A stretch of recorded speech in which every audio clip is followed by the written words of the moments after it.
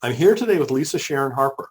Lisa is the founder and president of freedomroad.us, a consulting group dedicated to shrinking the narrative gap in our nation by designing forums and experiences that bring common understanding, common commitment, and common action. Lisa is the author of several books, including Evangelical Does Not Equal Republican or Democrat, Left, Right, and Christ, Evangelical Faith in Politics, and the critically acclaimed The Very Good Gospel, How Everything Wrong Can Be Made Right, which was recognized as the 2016 Book of the Year by Englewood Review of Books. Her new book is Fortune, How Race Broke My Family and the World and How to Repair It All, coming out from Brazos Press. Lisa is a columnist at Sojourners Magazine and serves as an Auburn Theological Seminary Senior Fellow. Her writing has appeared in many national publications, and she has appeared on many national TV networks. In 2015, the Huffington Post named Lisa one of the 50 powerful women religious leaders. And in 2020, Lisa received the Bridge Award from the Selma Center for Nonviolence, Truth, and Reconciliation. You can learn more about Lisa at freedomroad.us.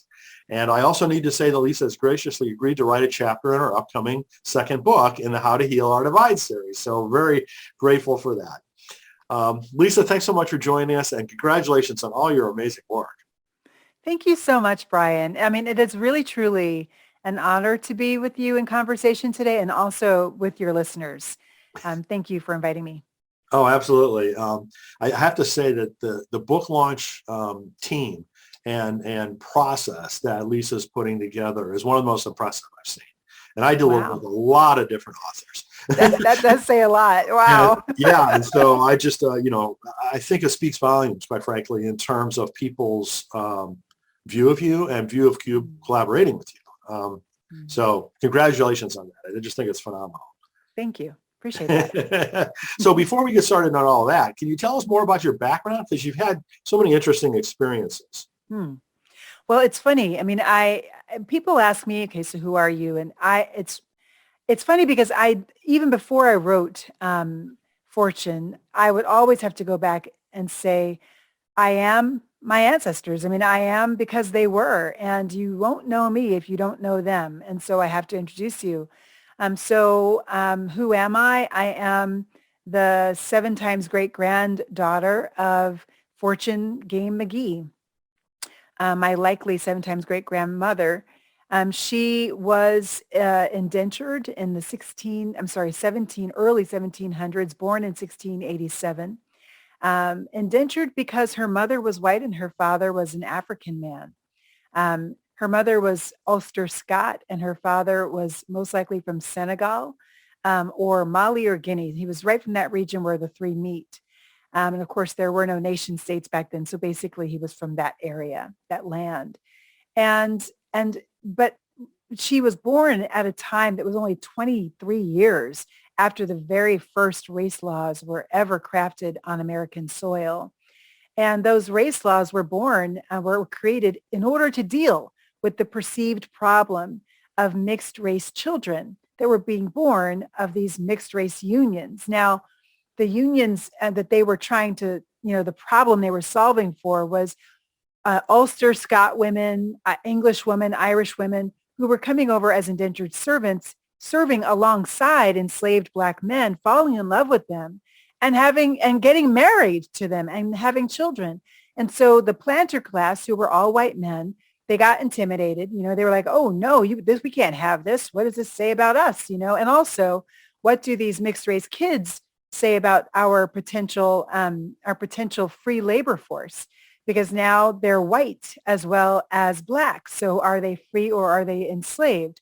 And that all hadn't been worked out yet. So that first race law in Maryland, the very first one was in Virginia 2 years earlier, but the first one in Maryland, this is what they declared. They said, if a white woman marries an enslaved Black man and has children by that man, then she herself shall become enslaved to her husband's master for the length of her husband's life until her husband dies.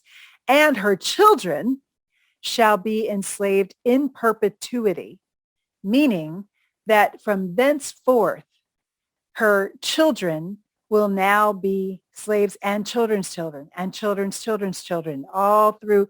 If if their mother, if they could trace their lineage to a white woman who married a black man, they shall be enslaved.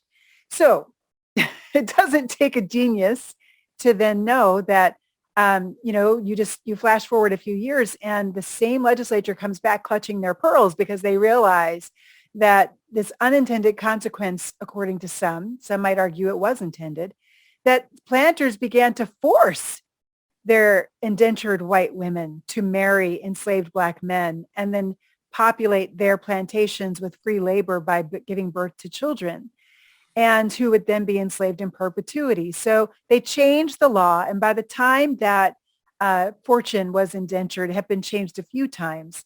And under that law, the bottom line was fortune's mother was white. And so therefore she could not be enslaved. That was a whole big thing that I do talk about in chapter 1. How did that happen? But she could not be enslaved because her mother was white, but she could be indentured. And she ended up being indentured until the age of 31 and bore several children in the midst of her indenture.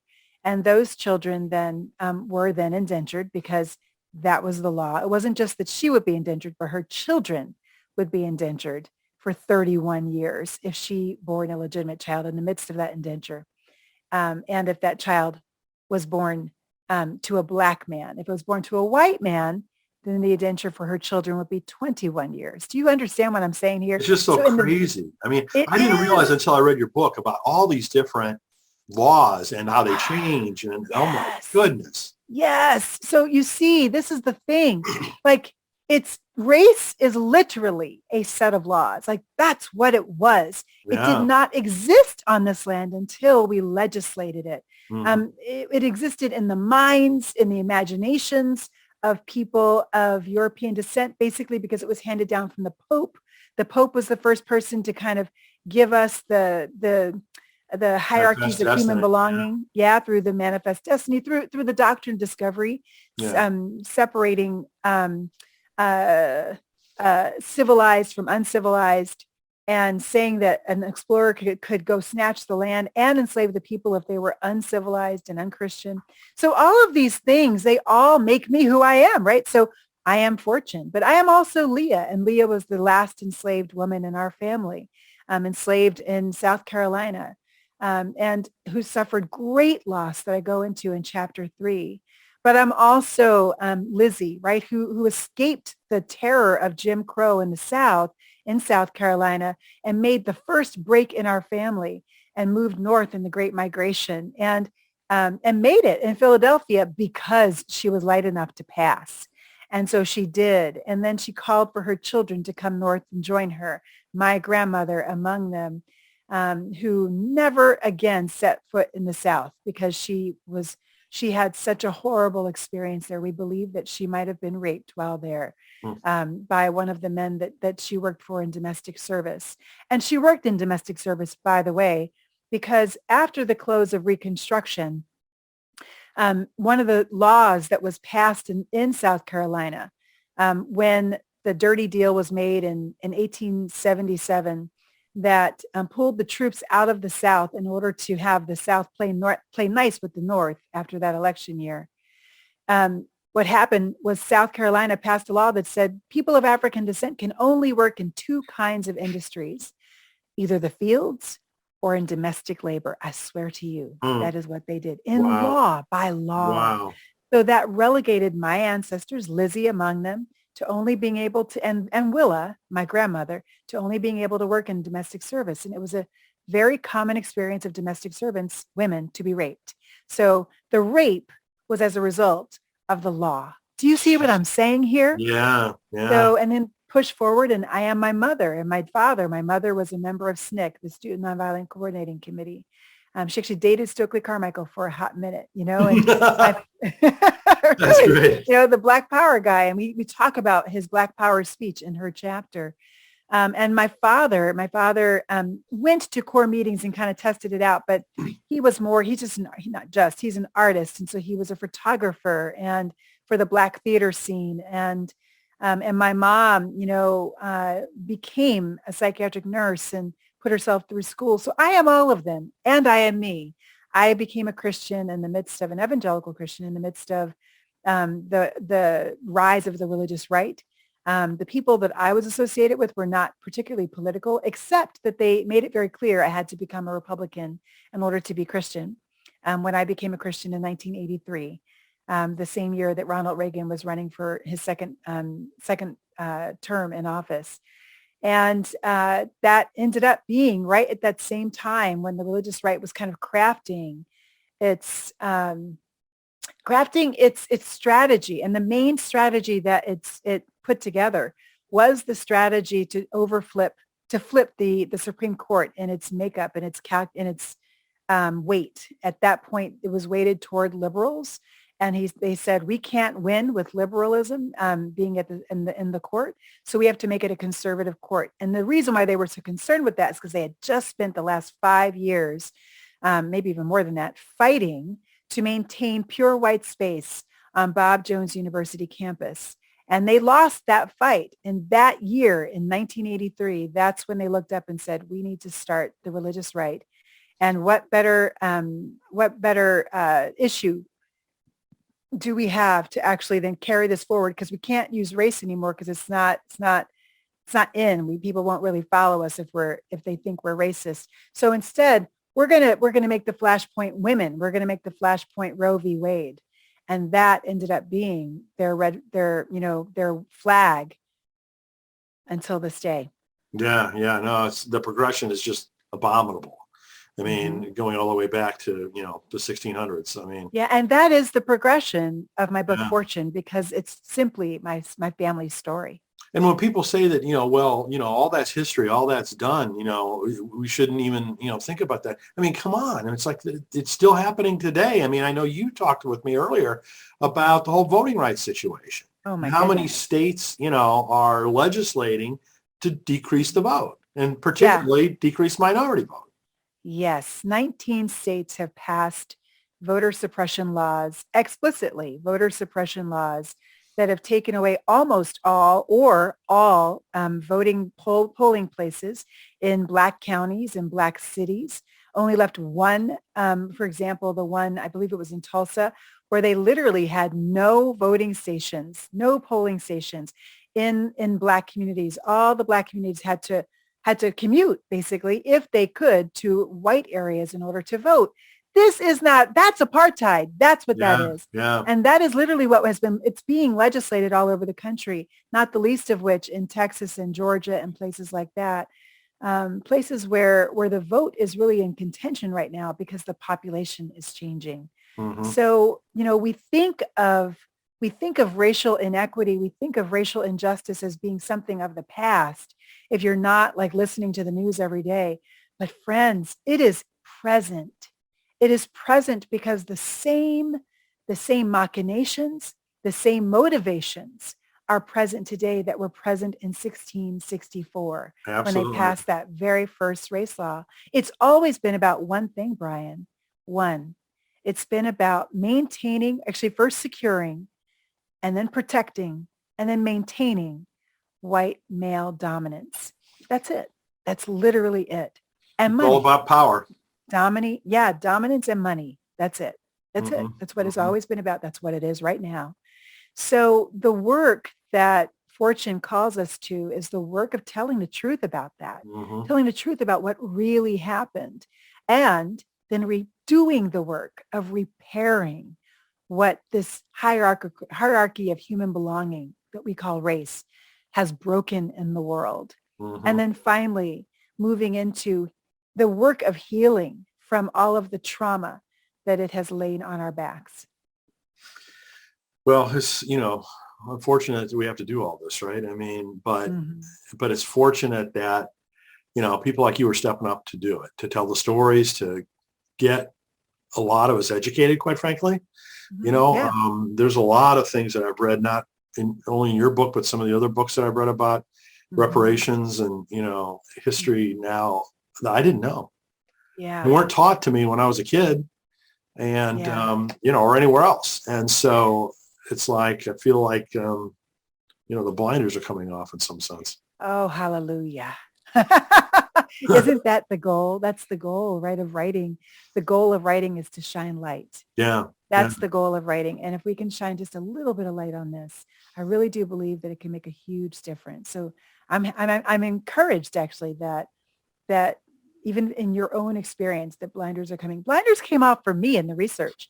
I didn't know that thing about the law that was passed in South Yeah. Carolina. I had no Yeah. idea about that law, but that totally explains why would Lizzie pick up and leave everything that her family had known for hundreds of years in order to go to a place she'd never been and she only knew like one or two people in Washington, D.C. and nobody that I know of in Philadelphia. Why would she do that? She would do that because the image of God in us, we are all created in the image of God, meaning we have human dignity, every last one of us. And what that means is that every last one of us was created to exercise agency in the world, to help shape the world. And when you push a people group down, you are crushing the image of God on earth.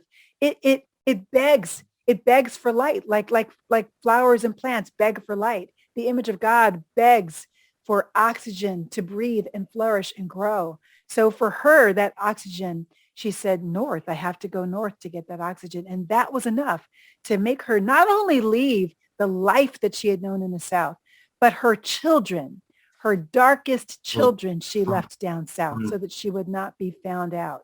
So she did pass. She passed for white for a good number of years. And then she was found out when she fell in love with a dark-skinned man.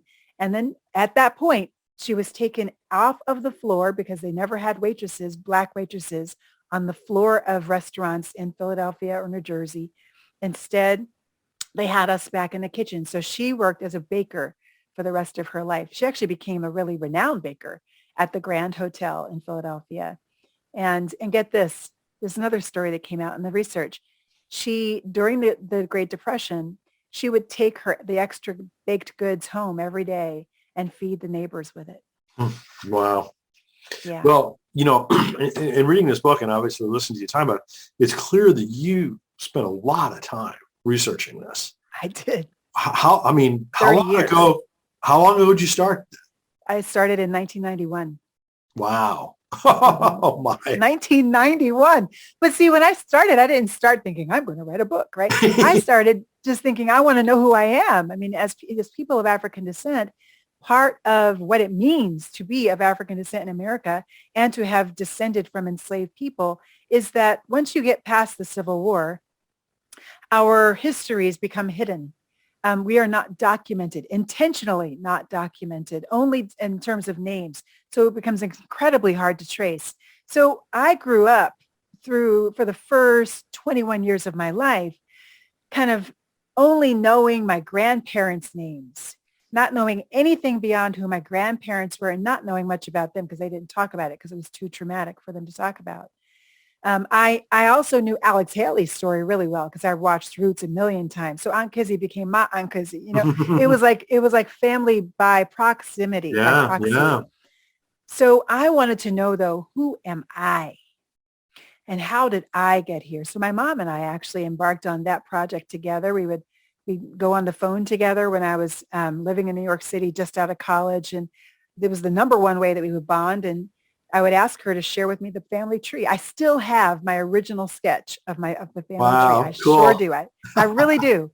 And that sketch had no names, only dates and relationships. Great-grandpa lived in this time. Great-great-grandpa lived in this time. This is where they were. I didn't know their names yet, though. So the work, that work of family story, excavation is not only the work, though, of people of African descent. It is also essentially the work of people of European descent as well.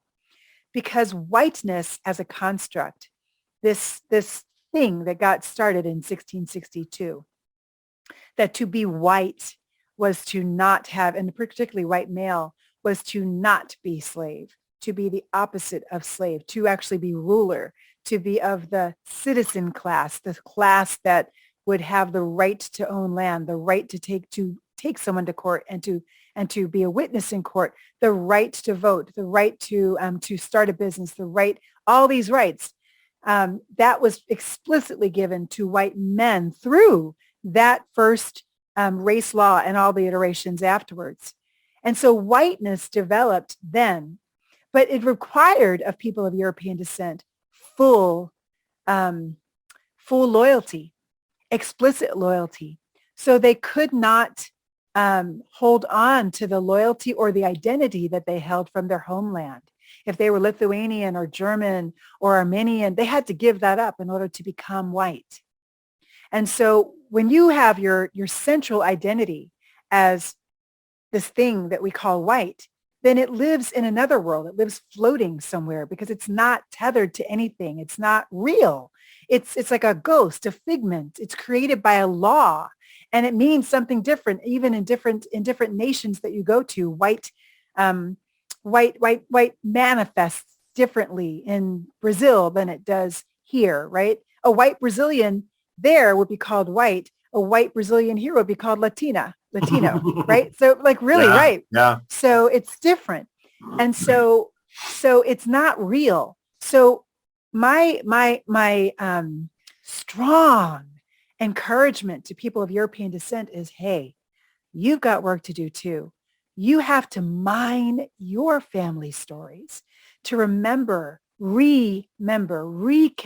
yourself to your own story, to your own family's land, to where they actually came from and why did they leave and how did they get here? I guarantee you is one of three things that got them here. One, oppression.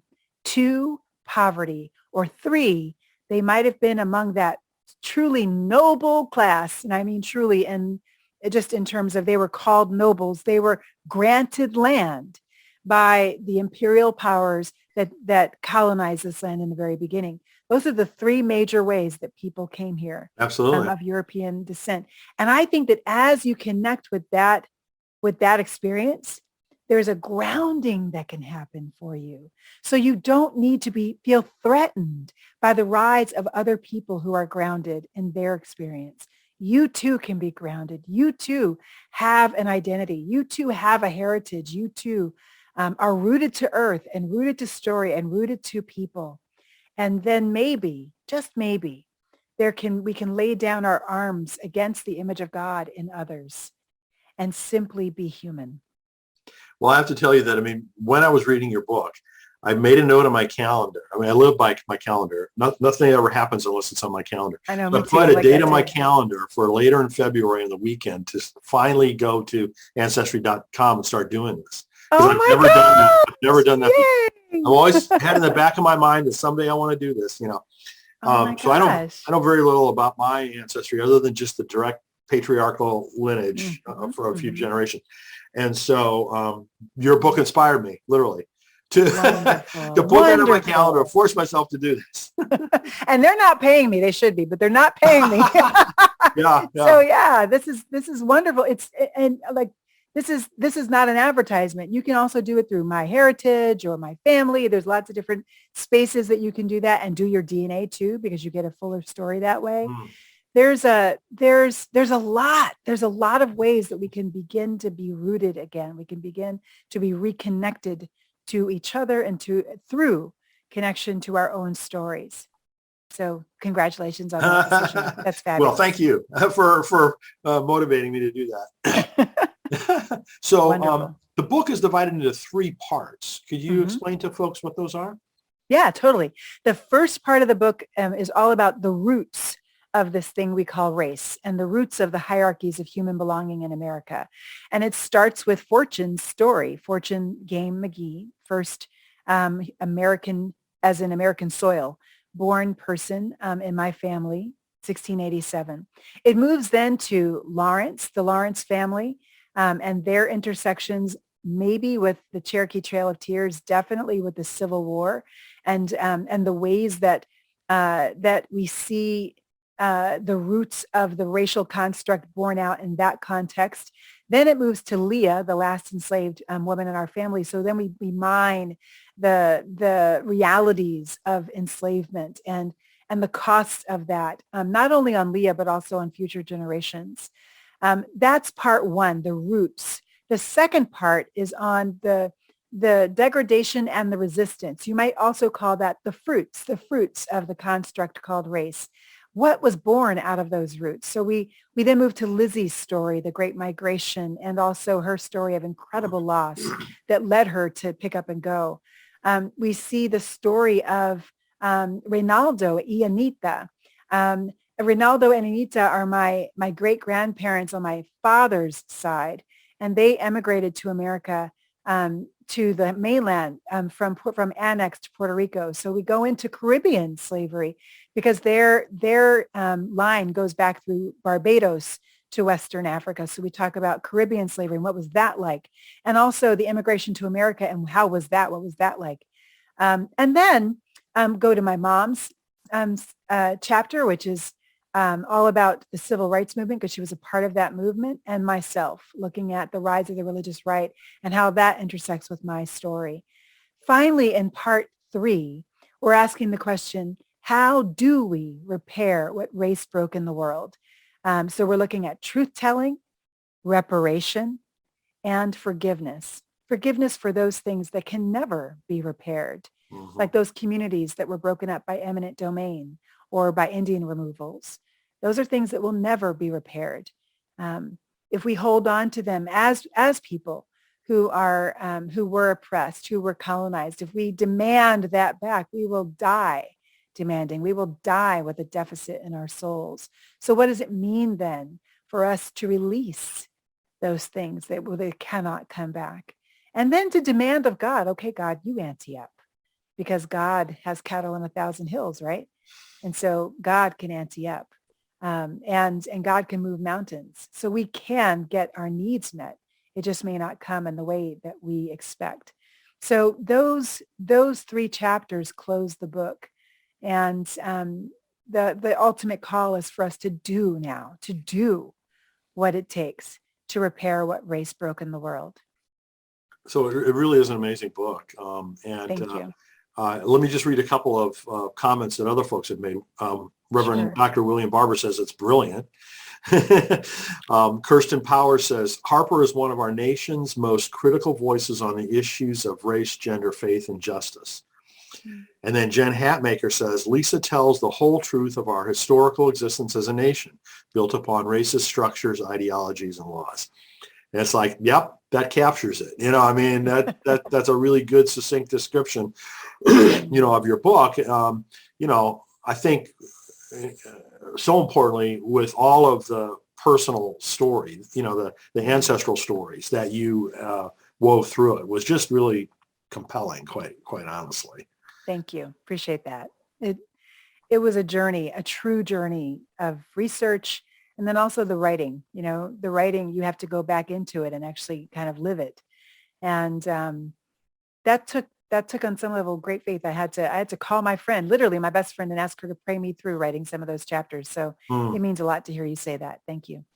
So, as I mentioned at the beginning, I mean, your launch team is just amazing. You've got all kinds of events and things coming up. Do you want to just say a few words about, some of the things that are planned for the rest of your launch? I am so excited. So the launch is actually happening over the course of February, Black History Month, and we have creatively dubbed it Black Fortune Month.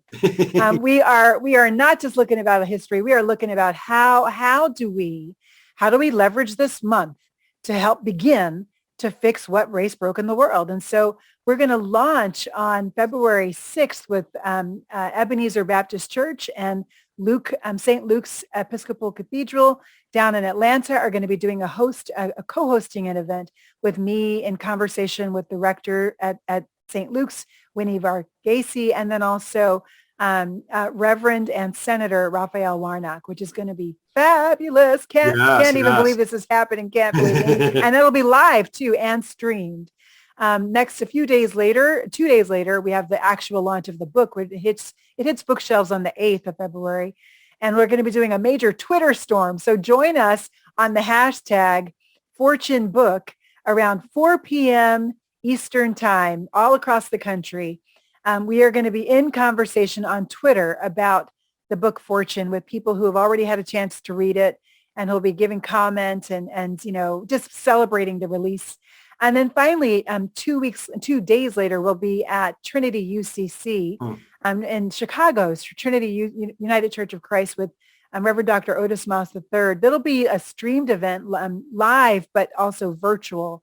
And so it is going to be an awesome conversation with an incredible intellectual in today's church who's going to be going deep, and he knows his stuff. He knows his stuff. It's so exciting. Yes. And then throughout the month, we have about 15 other events that are going to be launched, and you can find out more about those events at blackfortunemonth.com. blackfortunemonth.com. Okay, wonderful. Super. Yeah. Well, again, the name of the book is Fortune, How Race Broke My Family and the World and How to Repair It All.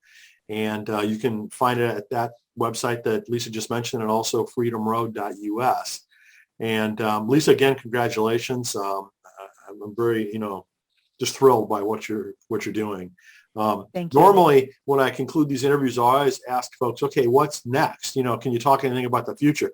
And I don't know, I kind of really don't want to ask you that, honestly, because I don't want to take anything away from this amazing plan that you've already got going. And I'll have you back next time, when it's time to talk about whatever you're going to do next. Let's do that. That sounds good. Oh, and I forgot to mention, actually, that at the end of the month, on February 28th, a bunch of faith leaders are going to be flying into D.C., hopefully including yourself, Brian. It'll be really fun. And then the next day, on March 1st, so this is actually looking forward, March 1st, we're going to be going to the Hill in order to talk with the leaders of the H.R. 40 and TRHT Commission Act bills that are put forward in Congress right now that are calling for truth commissions and studies to find out what it would take to actually do reparations for people of African descent in America. So we're pushing for that, pushing for repair in the last days of February. So you can join us for those Take Action days as well. Yay. Fantastic. Mm-hmm. Well, again, Lisa, congratulations. Thanks so much for sharing, this with us, this whole story and all the incredible work that you're doing to launch this. So really appreciate it. Thank you, Brian.